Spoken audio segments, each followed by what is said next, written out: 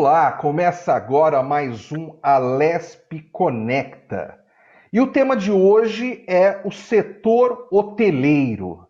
Esse setor que, junto com o turismo, faz parte do turismo, é um dos setores mais prejudicados com essa pandemia do coronavírus, né? E para falarmos sobre esse tema, eu recebo aqui o Bruno Omori. Ele é presidente do Instituto de Desenvolvimento do Turismo, Cultura, Esporte e Meio Ambiente. Bruno, seja bem-vindo ao Lesp Conecta. Muito obrigado, Fábio. Agradeço o convite. É um prazer estar falando para todos os amigos do Alesp Conecta. Prazer é nosso. Bruno, nesse momento, como é que está o setor de hotelaria, já que a gente não tem ainda a vacina do coronavírus, do Covid-19, e embora os números já sejam mais animadores, está caindo consideravelmente o número de casos e de mortes, principalmente aqui no estado de São Paulo, mas a situação ainda é grave. Como está o setor hoteleiro neste momento? Olha, Fábio, o setor hoteleiro foi o mais atingido, assim como o turismo, é a maior crise global do mundo do turismo, né, em relação ao que vinha acontecendo no turismo e na hotelaria nos últimos anos.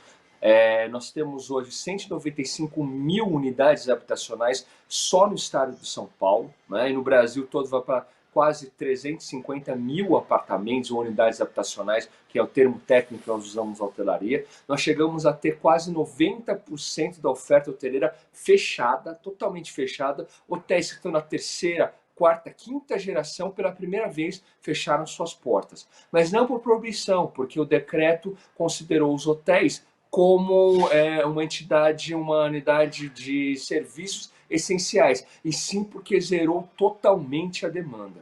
Hoje nós temos já praticamente daqueles 90 que fecharam, mais de 60 já reabriram. Né? Mas reabrindo em soft open, no regime de qualificação dos colaboradores, recontratação e adequação dos protocolos de saúde e segurança que foram criados junto com a Secretaria de Turismo, junto com as entidades do trade turístico, para cada um dos setores, para poder retomar da economia. Nós podemos falar que nesses finais de semana que anteciparam, cidades, por exemplo, do litoral norte já tiveram uma ocupação muito boa no turismo de lazer e também cidades interior de lazer, como por exemplo Atibaia, como por exemplo Socorro, tiveram uma ocupação já interessante porque ele ficou muito tempo parado e quem teve e trabalhou home office estava precisando sair. E os deslocamentos são deslocamentos de curta distância, justamente para não ter que pegar um avião por enquanto e não fazer viagens de longa distância. Então, isso vai fazer com que a gente possa ter uma retomada gradual, porém o prejuízo já é o maior prejuízo da história.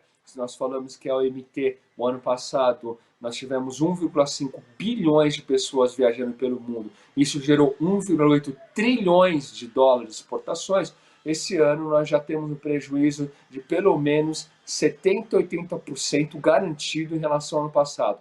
Ou seja, de 1,8 trilhões de dólares, o mundo vai faturar com o turismo menos de 250, 300 milhões de dólares. Ou seja, Bruno, nunca se viveu uma crise nesse setor de hotelaria e turismo como esta. É a maior crise da história, né? É a maior crise da história, ela supera a Segunda Guerra Mundial, o crack da Bolsa de 1929. Nós temos já o turismo como atividade principal de vários países, como por exemplo a França, Portugal, Itália, Singapura, mesmo os Estados Unidos é o terceiro do PIB. Os Estados Unidos sozinho recebeu dentro dos parques temáticos deles 350 milhões de visitantes no ano passado, para ter uma ideia do que isso impacta no PIB. Né? O mundo inteiro ele sofreu, então ele ficou fechado. Menos de 2% dos aviões chegaram a subir, imagina, da frota de 100%, 2% está no ar só. Hoje já está em torno de 30%, 40%, mas mesmo assim é muito inferior ao que já foi. A hotelaria mundial chegou a ter quase 90% de todos os hotéis fechados. Se você pega as locadoras de veículos aqui no estado de São Paulo, nós temos 450 mil carros para alocar. Não chegava nem a 5% da frota alocada durante essa crise. Os restaurantes fecharam todos. Todos os eventos, inclusive eventos esportivos monstruosos como a Olimpíada, foram canceladas esse ano e todas as feiras pararam. A primeira feira tem projeção de abertura somente no mês de outubro. Ou seja, os eventos começaram a ter os pequenos eventos corporativos retomando, mas não é um evento de 500 mil pessoas, um evento de 200, 150 pessoas. Então é a maior crise da história. Nós estamos falando de mais de 1,3, 1,4 trilhões de dólares de prejuízo no turismo mundial. Agora, Bruno, eu imagino que antes da pandemia a situação do setor era bem diferente, né? Então, até para que o meu espectador em casa entenda melhor como estava o setor hoteleiro antes da pandemia, fala para a gente um pouco, enquanto não tinha essa doença, quais que eram as perspectivas do setor hoteleiro antes desse desastre aí que é o Covid-19. Especificamente aqui falando de Alesp, falando do nosso estado de São Paulo, nós viemos com um crescimento, nós tivemos a crise de 15, 16, 17, que teve uma retração menor do que o resto do Brasil, mas teve. 18 e 19 começou a ter um crescimento. Ano passado nós crescemos 5,5%, sendo que a economia paulista cresceu em torno de 1,8, né, conforme o Meireles, e a economia brasileira cresceu 0,8. O turismo no estado de São Paulo cresceu 5% e a hotelaria do estado de São Paulo cresceu 5,5%. Nós tivemos mais de 13 bilhões de reais de faturamento entre hospedagem e diárias dentro dos hotéis, e o turismo do estado de São Paulo faturou mais de 50, 60 bilhões de reais. Esse ano de 2020, então, essa projeção que nós fizemos no final do ano passado era que nós teríamos esse ano um crescimento de 8% em relação ao ano passado. Então, se a gente 8% em relação ao faturamento do ano passado. E aí, só que agora ficou ao contrário. Nós temos 80% de prejuízo em relação de 8 passou de lucro, ou seja, de aumento de rentabilidade esperada, nós vamos ter 80% de prejuízo. Por quê? Quando o hotel fecha, é diferente de uma caneta, de um copo, que é um produto possível de ser estocado. O hotel, se ele tem 100 apartamentos, se ele ficou fechado essa noite, esse estoque já foi morto, já foi perdido totalmente. É igual um avião. Se ele deixou de decolar, ele tem 300 lugares, no dia seguinte não vai ter 500, vai ter os mesmos 300. Só que esse estoque já foi. Então, é um produto altamente perecível. Então, todos esses meses que ficaram fechados, um hotel é prejuízo de 4 meses sem poder fazer venda, que já não retorna mais. Por isso que nós falamos que nós temos esse ano de 8% de crescimento para 80% de prejuízo no setor. E Bruno, o turismo aqui no estado de São Paulo, ele é predominantemente um turismo de negócios, é meio a meio em relação a negócios e o próprio turismo de passeio. Como é que se apresenta isso aqui no estado de São Paulo? Fábio, o estado de São Paulo ele é o mais completo do turismo, não parece, mas nós temos, primeiro, o maior polos de turismo de eventos e corporativo, congressos, convenções com a cidade de São Paulo. Inclusive é o maior polo econômico da América Latina, sem sombra de dúvida. Tem a maior oferta de número de apartamentos do Brasil, são 45 mil apartamentos só só na cidade de São Paulo, né? E 195 mil no estado de São Paulo. Só que nós temos também outras cidades de negócios, como Campinas, Ribeirão Preto, São José do Rio Preto, Registro, são cidades de turismo de negócios. E nós temos toda a variedade de turismo e lazer que um país tem. Né? Então nós temos a Mata Atlântica, nós temos também vários outros tipos de reservas, nós temos sol e praia, nós temos o turismo histórico, nós temos o turismo de aventura, nós temos um turismo de lazer, um turismo cultural. Então se você pega uma cidade de Iguape, além de ter uma basílica, tem um centro histórico tão bonito como tem lá em Minas Gerais. E do lado você tem Ilha Comprida, que tem 70 quilômetros de praia. Se a gente pega para o meio, nós temos, por exemplo, um turismo religioso muito forte lá com a Aparecida, mas do lado você tem São José dos Campos com um turismo de negócios, e aí você vai ter também Campos do Jordão, Ilhabela e todo o litoral norte com turismo de lazer muito forte, inclusive de ecoturismo.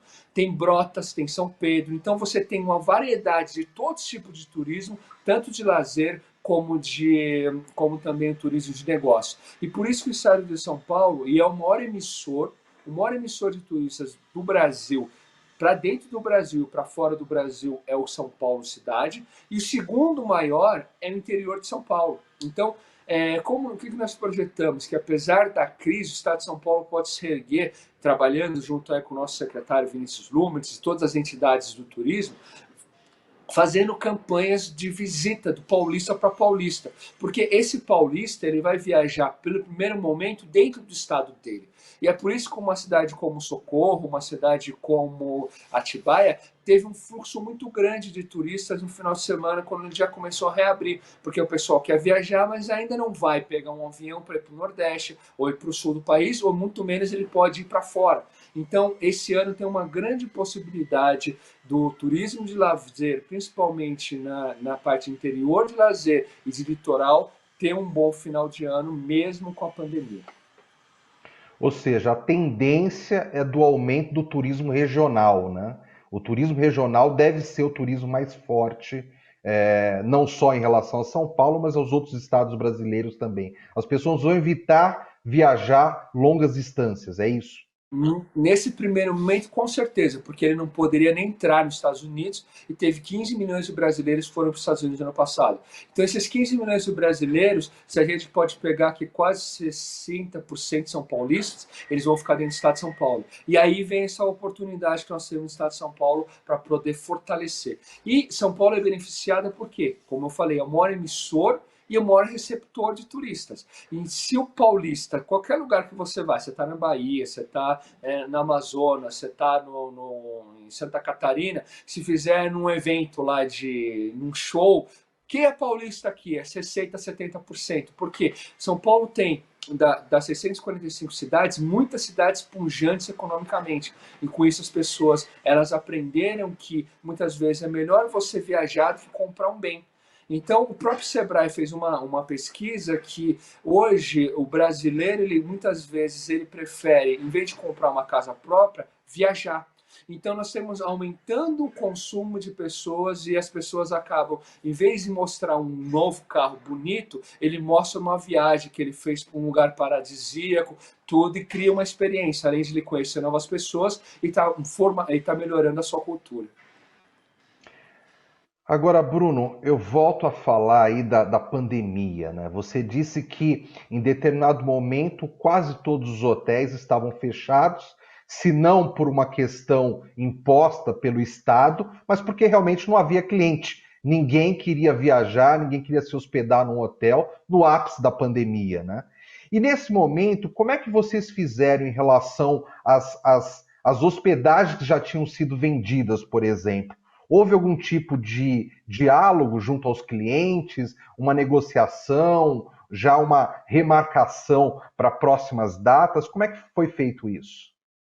Primeiro fez uma união entre as entidades, né? Você tem, por exemplo, uma ABAV das agências, uma Abrastoa das operadoras de turismo, um Abracorp das agências dos grandes corporativos. Você tem também uma BOC, que são organizadores de eventos, uma OBRAF, que é uma que é das feiras. Você tem a Associação Brasileira de Hotéis, os hotéis, o FOB e assim por diante.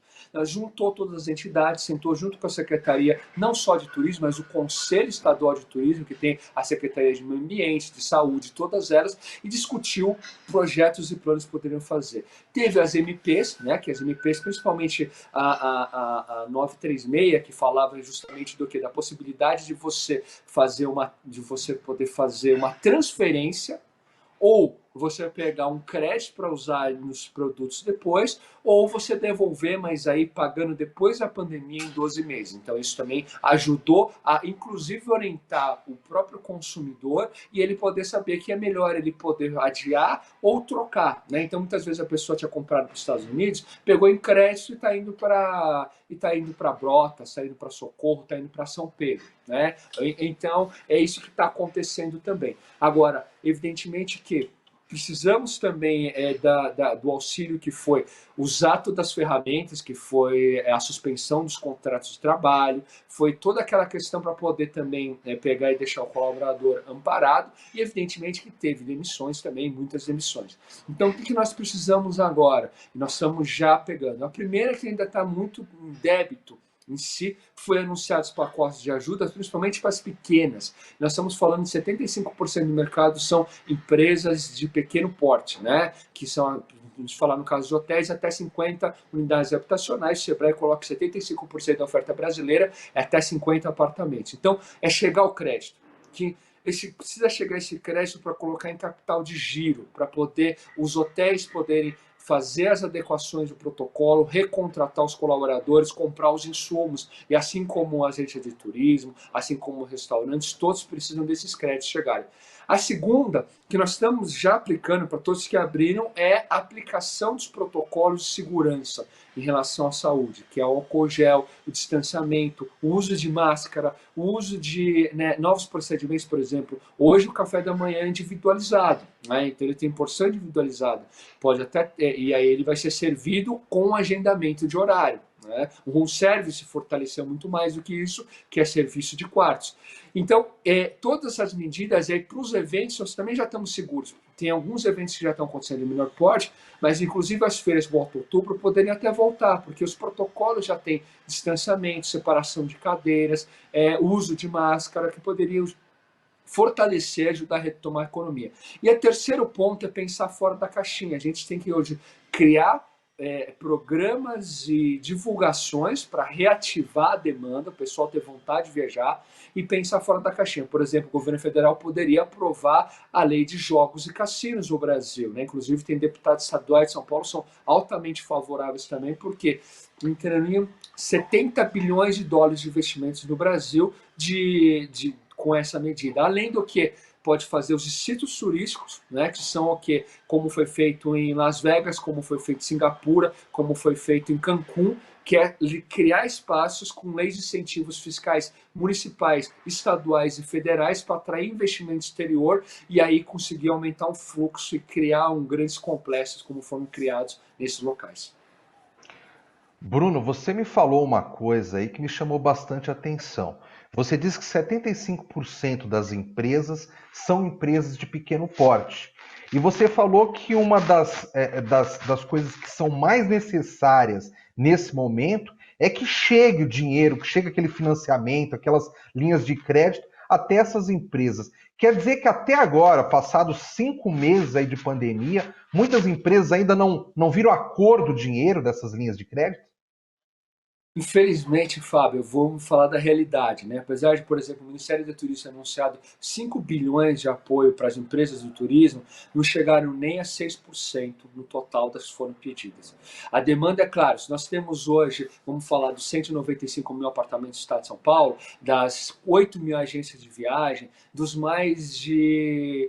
só na cidade de São Paulo tem mais de 4 mil pizzarias e assim por diante, nós vamos falar que o quê? Menos de 6 a 7% teve acesso. Então, o que acontece se isso não chegar? Vamos supor, ficou fechado 90%, né, da hotelaria. Não chegando, provavelmente 10 a 20% desse não consegue nem reabrir nunca mais. Só que aí nós estamos falando de mesmo que você tem um hotel de 1.000 apartamentos, que tem 600 colaboradores, mas uma cidade pequena que tem 100 pequenos meios de hospedagens, se ele não chega ao crédito e fica 20, 30, 40 delas, significa que está perdendo 1.000 empregos na cidade. Então, é muito grave isso precisa ser... Nós contamos com a ajuda da Alesp, nós contamos com a ajuda da Câmara dos Deputados, nós contamos com a ajuda da sociedade e da imprensa, para ajudar a facilitar, inclusive não ficar só com os grandes bancos, mas passar para instituições menores, bancos digitais, para ajudar a chegar esse crédito para o pequeno.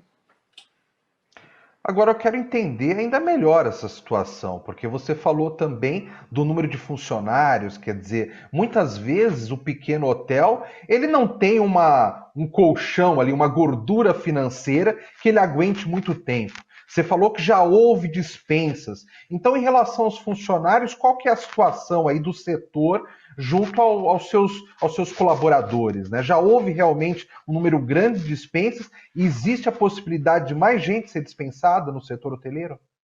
Sim, como nós falamos, foi a maior crise da história do turismo mundial, né? E a hotelaria é uma das bases, né? Você fala que a pessoa, são 5 verbos, né? Basicamente, são 4 que eram os tradicionais, que a pessoa precisa se deslocar para chegar no local, né? O turismo tem o virtual, mas não é a mesma coisa, você sentir o ar.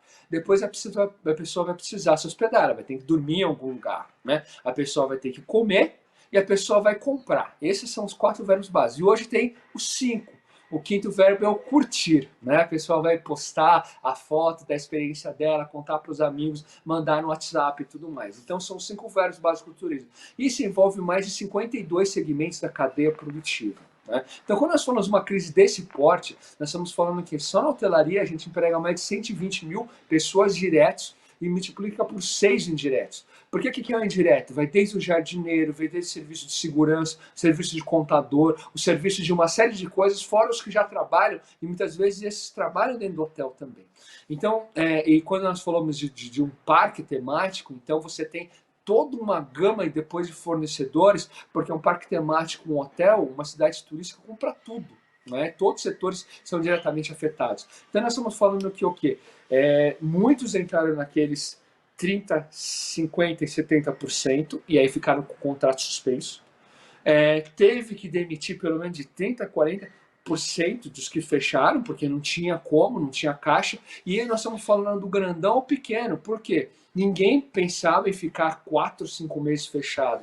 Nem uma grande, só que a diferença de uma grande rede, um grande grupo internacional, é que tem fundos internacionais que possam me ajudar, mundiais. O pequeno não, o pequeno, e ainda o problema é a grande burocracia que nós temos e as exigências para conseguir chegar ao crédito. Né? Um pequeno, muitas vezes, se ele não conseguiu pagar a conta de luz porque não tinha dinheiro e tudo mais, evidentemente que ele entrou no cadastro. Então tem que ser visto, inclusive, a certidão negativa, olhando desse período que ele teve esse problema para poder liberar. Então muitos travaram logo aí, e outros, por exemplo, garantia real, porque muitas vezes pega uma pequena agência, ele está alocado, então ele não tem uma garantia real, mas ele reempregava lá 5, 10, 15 pessoas que ele teve que demitir para ele retomar, e para recontratar essas pessoas, ele vai ter que ter um apoio de capital de giro. Então esse é um fator muito importante e que nós vamos precisar da ajuda da Assembleia Legislativa e do governo para poder recontratar. Por quê? Mesmo que nós perdemos 1,5, esse ano vai chegar a 200 milhões de turistas estrangeiros viajando pelo mundo, mas e todos os países, por exemplo, Itália, França, Portugal, já estão fazendo pacotes com press tour, que é com imprensa, com fan tour, com agências e também, inclusive, muitas vezes pagando 50% da passagem aérea e 25% do hotel para trazer mais turistas. Porque a gente tem certeza que rapidamente a gente chega de novo a 1 bilhão de turistas viajando. E aí vai caber ao Brasil criar políticas para poder retomar e poder ser o turismo já é uma das que mais emprega no mundo. Nós estamos falando que mais de 10% de todo mundo empregado no mundo trabalha dentro do turismo. Bruno, você falou que chegou aí no ápice da pandemia a ter 90% dos hotéis fechados. Nesse momento, quantos por cento desses hotéis já estão reabertos? E o que mudou dentro desses hotéis, na rotina dos hotéis, para receber com segurança os hóspedes? Olha, hoje nós estamos em torno de 60% e chegando a 65%. Até final de agosto vai chegar quase a 70%, até final de setembro já chega a 90%, até final de outubro a ideia é que todos estão reabertos, os que conseguirem reabrir. E aí voltamos até de novo, vamos precisar de apoio, principalmente para vários pequenos que não têm nem condições de fazer a recontratação, comprar os insumos, mandar o material para lavar ou comprar nossos protocolos. Esse é o primeiro momento. Agora, os que foram reabertos foram criados protocolos de segurança e higienização muito bem feitos, junto com a Secretaria de Turismo do Estado de São Paulo, que uniu todos os outros órgãos para fazer uma análise em todos os setores de turismo. Então, nós estamos altamente preparados para receber com segurança quem quiser viajar hoje no estado de São Paulo. E que se ele quiser alugar um carro, se ele quiser fazer via uma agência de viagem, se ele quiser pegar e ir no restaurante, fazer um evento ou ficar hospedado também. Então, por quê? Esses protocolos vão desde sinalização, o uso obrigatório de novas EPIs, que é a máscara, o álcool gel, o distanciamento nas filas, dentro, por exemplo, a higienização com novos sistemas, novos protocolos de limpeza em geral. Então a pessoa pode ter certeza que ela, entrando dentro de um apartamento de hotel, ela está tão segura quanto na casa dela. Depois, ela tem o distanciamento dentro dos restaurantes, das mesas, o uso de todos os materiais aí do home service, vamos supor, o self-service, né, que o pessoal pegava, hoje tem um colaborador ou é o serviço à la carte. Então, todas as condições de segurança foram implantadas, né? E aí teve vários protocolos também de entidades como a Abralimp, de limpeza, de entidades como a Brava, que é de refrigeração, e unindo com todas as entidades do trade turístico para fazer um ótimo protocolo para prover segurança para quem viaja dentro do estado de São Paulo. Agora, Bruno, você já deixou bem claro que agora, com essa retomada, ainda é muito necessário diálogo e ajuda por parte do Estado. Quer dizer, se deixarem só na mão dos empresários, com o prejuízo que o setor já teve, é difícil conseguir voltar à normalidade e voltar à normalidade em pouco tempo. Então, assim, falando desse diálogo com as autoridades e das perspectivas do setor, o que você imagina para o setor hoteleiro no ano que vem, 2021?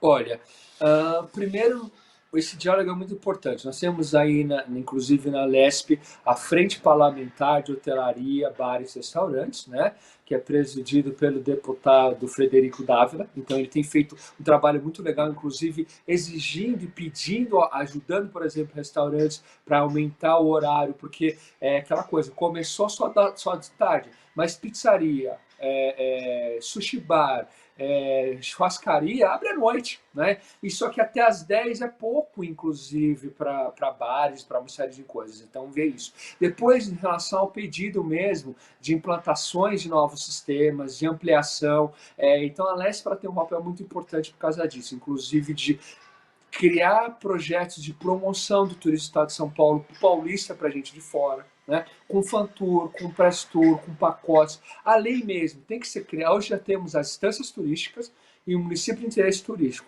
Tem que criar agora a lei de distrito turístico, como eu falei, como Cancún, como Singapura. Por que eu falo disso? Quantos parques tem hoje da Disney ou da Universal no Brasil? Nenhum. Agora, em Singapura, tem um parque da Universal Studios lá. Por quê? Foi criado o distrito turístico, dado uma série de incentivos fiscais, e aí esse parque sozinho lá em Singapura recebeu ano passado 18 milhões de visitantes, né? Então, o que significa isso? A pessoa saiu da Índia, saiu do Japão, saiu da China e foi até Singapura para ir num parque temático. Ao mesmo tempo lá, criou a possibilidade de ter cassinos. Com isso, teve um cassino único lá, por exemplo, em Singapura, investiu 5,5 bilhões de dólares. Vamos falar do exemplo, então, de que aconteceu no Cancún. Nesse distrito turístico, primeiro, favoreceu, com leis de incentivo, a entrada de vários grupos para montar resorts grandes, resorts com cassino, agências de receptivo com bons equipamentos para fazer passeios de jet ski, para poder fazer passeios de catamarã e tudo mais. Criou uma série de oportunidades, uma zona como se fosse uma zona franca do turismo. Isso é uma coisa bem interessante que a Alesp pode trabalhar muito bem também, assim como outras formas. E aí, unindo o Conselho Estadual de Turismo junto com a Secretaria de Turismo do Estado de São Paulo, e aí nós temos hoje um grande secretário de turismo, que é um amigo também, o Vinícius Lourdes, que foi ministro, que pode também ajudar essa criação dessas políticas públicas, porque São Paulo é o maior receptor, mas pode aumentar muito mais ainda o fluxo de turistas nacionais e estrangeiros, sendo um grande destino até por tudo isso que nós temos na regionalização do estado de São Paulo. Todo tipo de turismo você encontra no estado de São Paulo. Bruno Mori, eu quero te agradecer aqui pela presença no Alesp Conecta, todas as informações que você trouxe aqui, bastante relevantes, desse setor que é tão importante para o nosso país, que é a hotelaria e turismo. Então, muito obrigado aí por todas as suas informações, viu, Bruno? Muito obrigado, Fábio. Parabéns pelo sucesso do Alesp Conecta, cada vez melhor. A gente sempre preza o turismo como fator de desenvolvimento econômico para poder gerar emprego e renda. E com essas dívidas poder aplicar na segurança, na educação e na saúde. Um grande abraço a todos. Muito obrigado e parabéns, Fábio. Perfeito, obrigado. Termina aqui mais um Alesp Conecta. Você já sabe, todos os nossos programas podem ser vistos e revistos no YouTube. Entre lá, procure Alesp e toda a nossa programação fica arquivada lá. Muito obrigado pela sua audiência e até o próximo programa.